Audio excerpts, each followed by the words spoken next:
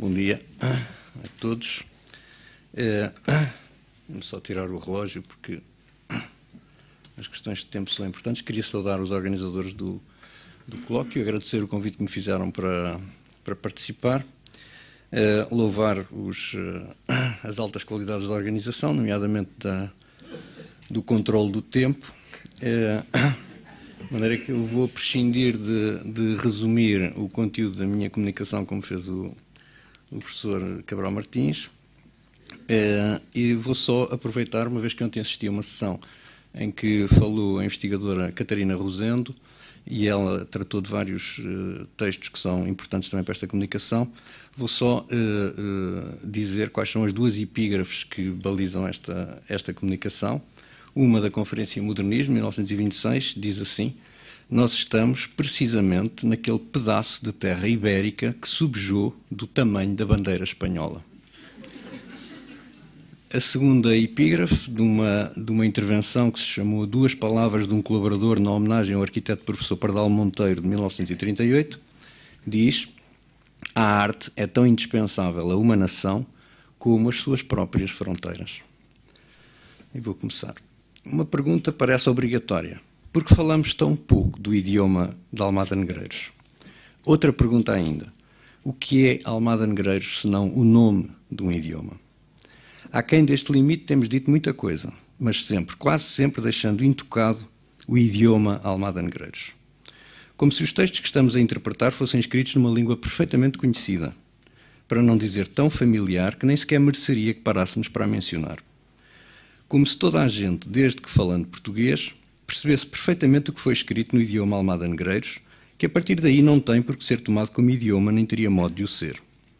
De tal maneira a questão da língua é secundária nas nossas interpretações, que nem enquanto questão ela nos surge perante a ocasião em que Almada Negreiros escreve em francês um texto, um poema, que dizemos que pertence à poesia, ou à história da poesia portuguesa moderna, mas que está escrito em língua francesa, como é o caso da Histoire du Portugal par cœur.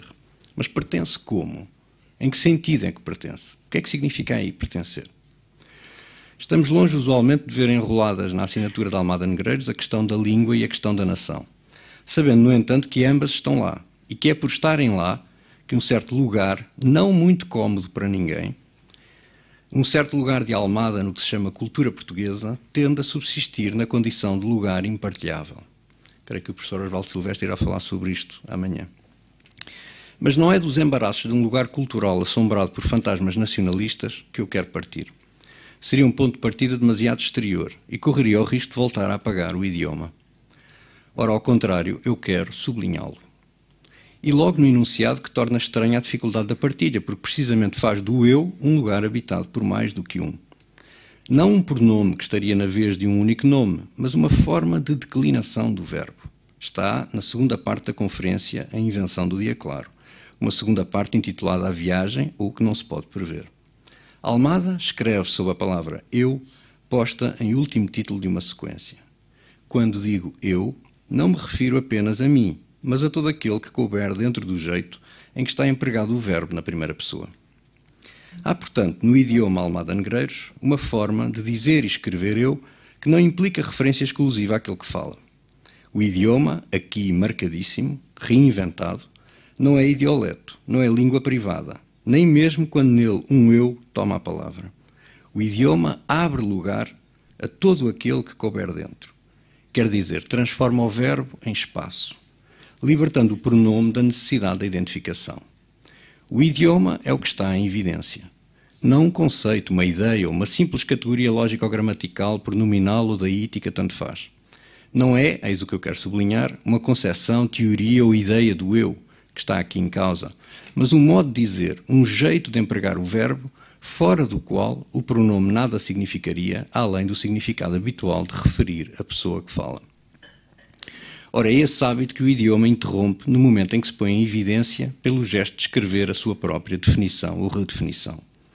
O idioma da Almada é feito sobretudo desse gesto, que destaca o jeito de empregar a língua e o destaca de tal modo que ele pertence à viagem da escrita, à ordem de o que não se pode prever nessa viagem. Ao sublinhar o idioma, sublinho, portanto, o que em Almada é já o gesto de sublinhar a língua, o jeito de dizer. E esse jeito inclui o emprego da própria palavra jeito. O jeito é modo, forma, maneira, talvez até processo, mas é ainda o peculiar e o inesperado de uma certa arte, portanto de uma invenção, sem a qual em Almada Negreiros nada se escreve a não ser o previsível. O gesto de sublinhar a língua, o gesto idiomático, não tem lugar próprio para aparecer. Não está confinado a nenhum género e não está excluído de nenhum. É um gesto que atravessa os géneros, é um gesto que suspende a lei dos géneros, ou pelo menos que trabalha para a suspensão da lei e do limite dos géneros. O início da invenção do dia claro, essa conferência cuja lei de leitura temos a sensação de ainda estar por descobrir, oferece na primeira parte, andaimes e vésperas, uma sequência conhecidíssima dedicada às palavras. 7 pequenos textos, todos com a palavra palavras inserida nas maiúsculas do título. Da mesma maneira que não é fácil dizer que regra ou lei governa o género conferência, no sentido em que Almada Negreiros reinventou a sua prática, mas o professor Cabral Martins acabou de nos dar excelentes indicações para isso, e vale a pena recomendar o texto dele, o pós-fácil, à edição do volume Manifestos e Conferências. Também não é transparente dizer a que género pertencem esses 7 textos, que lei têm eles em comum. Aparentemente são governados por um tema comum, as palavras, e dispensam qualquer outra lei. Aquele que se chama História das Palavras é o único que conta uma história, e isso não lhe dá, salvo pelo tamanho, que é um pouco maior, qualquer destaque que o superiorize dos outros. Simplesmente esta aparente lei temática nunca é exclusivamente temática. Não é sequer seguro que seja temática de todo. Trata-se de uma operação, que é comum aos 7 textos, e a essa operação poderíamos bem voltar a chamar-lhe idiomática. As palavras do texto, sempre breve, abrem espaço para as palavras em geral, para todas as palavras. E falando assim necessariamente de si mesmas, generalizam aquilo que particularmente dizem. Como se, em cada palavra de cada um de todos os 7 textos, fossem todas as palavras, fosse toda a linguagem que estivesse em jogo. Nenhum lugar aqui para a tentação de simplificar. Não se trata de insistir no meta-literário ou no meta-poético como traço modernista. A operação idiomática da Almada Negreiros, colocada nos andaimes e vésperas da conferência, designa uma relação com a linguagem que está para lá de qualquer programa conjuntural, no mesmo sentido em que é irredutível a qualquer género literário ou até, se calhar, à literatura enquanto tal. Bastaria reler o texto História das Palavras para perceber que tal história dialoga com Platão. É uma história da escrita e pressupõe uma afirmação da escrita.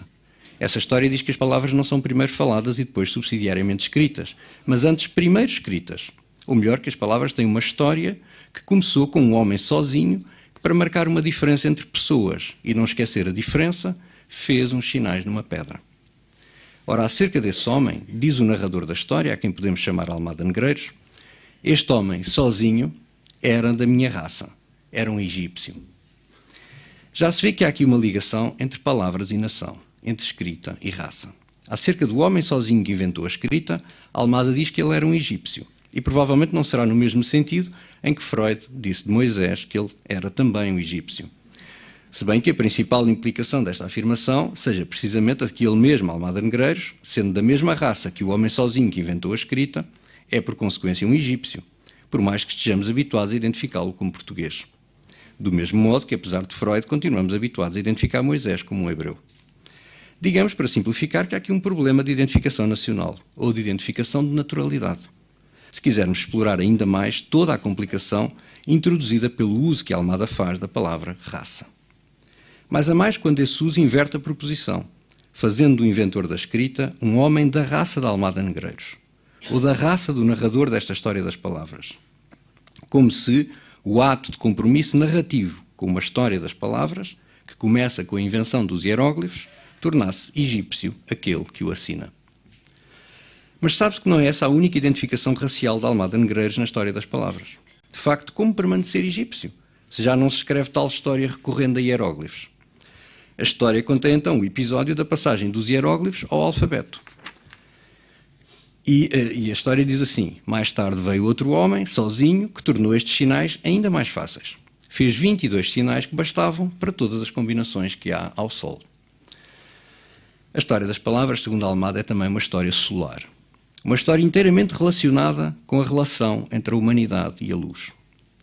Recorde-se o que está escrito entre a identificação racial do egípcio e o aparecimento do segundo homem sozinho.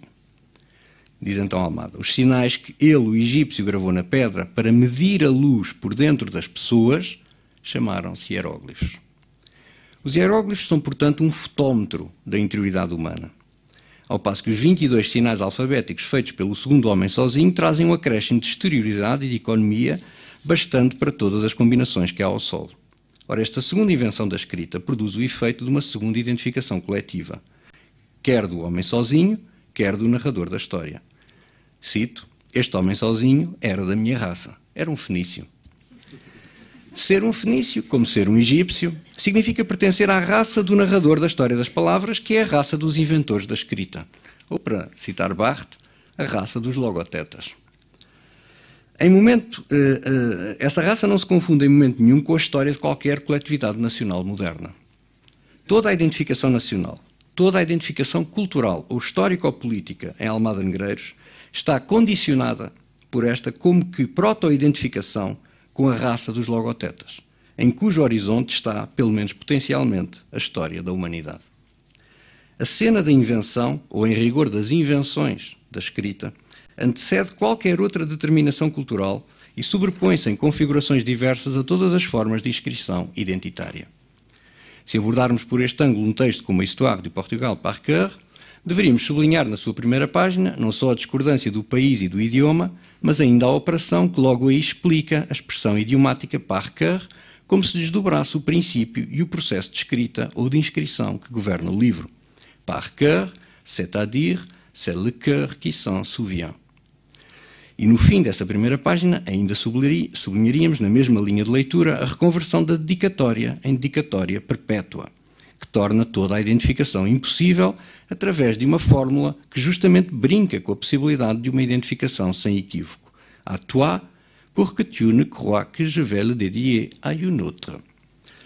Neste sentido, como em todos, a Histoire du Portugal par cœur é um livro bilingue. É uma história emblemática de Portugal, filtrada pela memória do coração. É uma espécie de história egípcia ou hieroglífica de Portugal, escrita em francês. É assim que se dá a ler a Histoire du Portugal par cœur, um texto para estrangeiros. Foi assim que ensinei aos estrangeiros a raça onde nasci. Escrevia Almada Negreiros em 1922, na edição de 1922 do texto da Histoire du Portugal par cœur. Um texto para estrangeiros que, mesmo julgado pelos portugueses, continua a ser sempre um texto para estrangeiros. Pertencer à raça onde se nasceu é impossível sem desenvolver uma certa competência, uma certa arte para falar a estrangeiros. Ou seja, uma certa arte de ser também estrangeiro, se o estrangeiro é, quase por definição, aquele que fala outra língua. O complexo nós da Almada Negreiros inclui a pluralidade da pertença ou da participação cultural, mas inclui, por exemplo, no caso do texto Nós e as Palavras, que pertence à mesma série da Conferência A Invenção do Dia Claro, com todo o alcance do sentido antropológico da identificação cultural moderna, ou seja, com a inclusão do sentido de uma situação ou posição histórica que afeta a identidade afirmada. Lembremos então, de novo a propósito da invenção das palavras, como se a invenção ela mesma marcasse uma data no calendário. Nós não somos do século de inventar as palavras já foram inventadas, nós somos do século de inventar outra vez as palavras que já foram inventadas.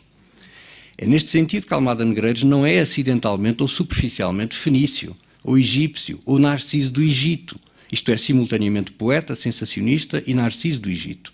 A assinatura Almada Negreiros lança-se sempre numa certa articulação temporal e irredutível ao presente histórico, mas que solicita uma leitura do século em que se escreve, e de tal modo que essa leitura do século arranca a assinatura a qualquer enraizamento estritamente individual ou pessoal. Nós não temos vida própria. É a frase famosa da Conferência de Direção Única de 1932. O próprio é uma das partes mais delicadas do idioma de Almada Negreiros, uma das de mais difícil leitura. Mas no seu jogo complexo, talvez até mal equilibrado, entre uma afirmação quase absoluta daquilo que é principal na pintura, na arte, na ciência, em toda e qualquer posição social do homem, a autoridade pessoal, está escrito na Conferência ao Desenho, e a dissolução do pessoal na vida total e unânime do organismo coletivo, é preciso ler essa delicada, mas intensa releitura por Almada da dialética romântica por excelência. Seguir esse curso equivale a reconhecer o fio de um discurso antropológico, sem o qual a ideia de invenção, de criação ou de poesia fica ininteligível neste idioma. Fica intraduzível. E equivale também necessariamente a reconhecer que esta ligação entre invenção e humanidade já estava presente e ativa na dialética romântica que insistia em compor pares problemáticos como indivíduo-sociedade, eu-outro, interior-exterior, arte política, etc. Em última instância, a leitura do motivo antropológico inseparável da ideia de invenção, que é distintiva em Almada Negreiros, conduz ao confronto com o ponto em que qualquer definição ou redefinição moderna de literatura se torna impossível sem uma certa ideia de humanidade. Quer dizer, sem um discurso acerca do que é próprio do humano ou do que é o próprio humano. A participação na humanidade precede a pertença nacional. Entre mundo e terra não há necessariamente coincidência histórica. O nós contemporâneo pode não ser o mesmo que o nós conterrâneo. Se houvesse dúvidas quanto ao implicado nesta destrinça, quanto ao que ela envolve de reserva crítica face ao discurso nacionalista nos anos 20 e 30 do século passado, a Conferência de Embaixadores Desconhecidos, proferida a 2 de fevereiro de 1933 em Lisboa, desfaria qualquer ilusão com este que é, de novo, um registro de data e de lugar. E cito: hoje em dia, Portugal sofre do pior mal que nos podia ter caído em cima. Ignoramos o que se passa no mundo. Fomos um dia os melhores dos europeus e hoje dos europeus somos os piores. Estamos isolados. Ficámos com a tara da aventura e como hoje todo o desconhecido já está conhecido, estamos enroscados no mais onanista dos indigenismos. Fim de citação. A rejeição crítica do indigenismo e do isolamento nacional não é o corolário de uma narrativa de decadência social e cultural que voltaria a centrar tudo no princípio da identidade étnica. É uma posição política que coloca acima da afirmação da nação ou da terra, que não são rejeitadas, a relação com o que se passa no mundo. É para Almada Negreiros uma questão de mapa. A nação não existe senão inscrita num mapa. Era o que já se concluía da sua descrição em 1926, da descrição da nação, como pedaço de terra ibérica que subjou do tamanho da bandeira espanhola. É agora o que fica diretamente enunciado na resposta aos nacionalistas que pretendem que há um erro naqueles que tentam compreender Portugal a partir de um ponto de vista europeu. Almada pergunta: então perguntamos, em que parte do mundo estamos colocados? Não é por acaso na Europa? Não é exatamente na Europa? Façam favor de lá ir ver no mapa. Não é por acaso que Portugal fica na Europa. A exatidão da posição europeia de Portugal, o traço não fortuito ou não aleatório da sua inscrição cartográfica, legitima um ponto de vista que pensa o nacional a partir das fronteiras e das relações que as fronteiras estabelecem. Fora do mapa europeu, Portugal é invisível e, portanto, o nacionalismo é uma forma de cegueira política. Sobre este ponto, as ideias para mim são claras. O ponto que, no entanto, nos pode oferecer resistência hoje em dia não é esse. É o do europeísmo de Almada Negreiros. E o europeísmo, o limite do europeísmo, marca-se pela sua interpretação à escala humana, ou, se preferir, à escala antropológica. É, obviamente, o ponto em que o europeísmo se converte em eurocentrismo. Isso acontece, por exemplo, na conferência que já citei de 1933, no elogio dos embaixadores internos e externos do Marquês de Pombal, que, segundo a política da Almada, vou citá-lo, foram todos eles os embaixadores desconhecidos dessa unidade luminosa à qual nós, portugueses, pertencemos e fazemos parte, e que é a cabeça do mundo e se chama Europa. Haveria, portanto, que ler aqui, mas não há tempo, esta retórica da cabeça, da capitalidade aplicada à Europa. A esse ponto eu creio que temos legítimas resistências. O segundo ponto a que poderíamos ter, a outra linha de resistência, é a que se poderia opor hoje ao discurso de Almada Negreiros sobre o poder da arte. Mas estarmos aqui, de certa maneira, é subscrever o que ele diz. E o que ele diz, portanto, é subscrever todos os riscos que a Almada corre com esse discurso sobre o poder da arte. Eu diria todos os riscos propriamente humanos que ele corre quando, por exemplo, diz, nos parágrafos finais da Conferência Arte e Artistas, também de 1933, quando ele diz, e termino com essa citação: Arquitecton significa o operário-chefe da coletividade. Arte não pode deixar de ser a própria cabeça da coletividade. E é o que é. A arte é a cabeça da coletividade. Obrigado.